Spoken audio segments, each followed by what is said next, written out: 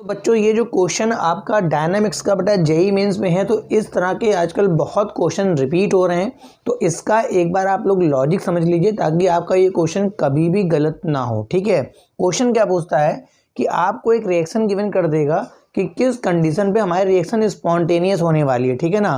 तो देखो भाई, अगर आपके पास स्पॉन्टेनियस के लिए पूछेगा तो हमारे पास एक फॉर्मूला होता है डेल्टा जी बराबर मेरे पास delta H minus T delta H. ठीक है, इस केस में जब भी कभी डेल्टा जी की वैल्यू या तो माइनस में लिखी हो या तो फिर लिखा हो delta G less than zero, इसका मतलब भी माइनस में हो गया, तो प्रोसेस हमेशा स्पॉन्टेनियस होगा। अब देखिए डेल्टा जी का जो फॉर्मूला है वो है मेरे पास delta H minus T delta H. इसके लिए जो एंथैल्पी चेंज होना चाहिए वो हमेशा माइनस होना चाहिए और जो एंट्रोपी चेंज होना चाहिए हमेशा प्लस में होना चाहिए। जब ये आपका माइनस में होगा और जब ये आपका प्लस में होगा तो ओवरऑल जो पूरी वैल्यू होगी वो माइनस में आएगी। तो देखो किन किन कंडीशनों में मेरे पास रिएक्शन स्पॉन्टेनियस हो सकती है। पहला केस ये हो सकता है कि डेल्टा एच माइनस दिया हो और डेल्टा एच प्लस दिया हो। अगर आप डेल्टा एच यहाँ पर माइनस और डेल्टा एच प्लस लगाएंगे तो प्लस और माइनस मिलकर ये पूरा फिर से हो जाएगा माइनस, तो ओवरऑल पूरी वैल्यू माइनस में आ जाएगी। तो ऐसी रिएक्शनें ऑलवेज स्पॉन्टेनियस होंगी, टेम्परेचर कुछ भी हो। ठीक है।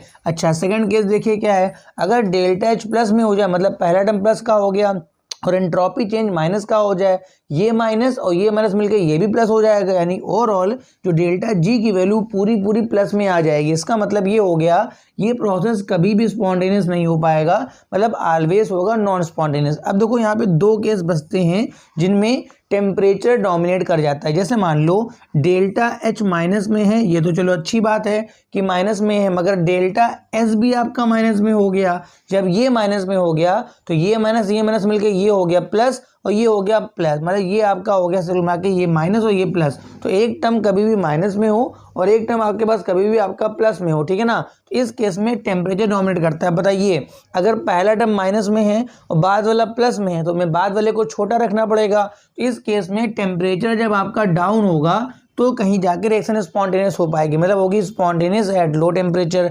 अच्छा, अगर आपके पास डेल्टा एच का मान प्लस में हो जाए और डेल्टा एस का मान भी प्लस में हो जाए तो इस केस में देखो पहला टर्म तो प्लस में हो गया मगर बाद का टर्म माइनस में हो गया। तो जब ये टर्म बड़ा होगा तो ये बड़ा कब होगा, जब टेम्परेचर हाई होगा। तो ये चार कंडीशन हैं, इन चार में से ही आपका कहीं ना कहीं क्वेश्चन आता है। Thank you for watching.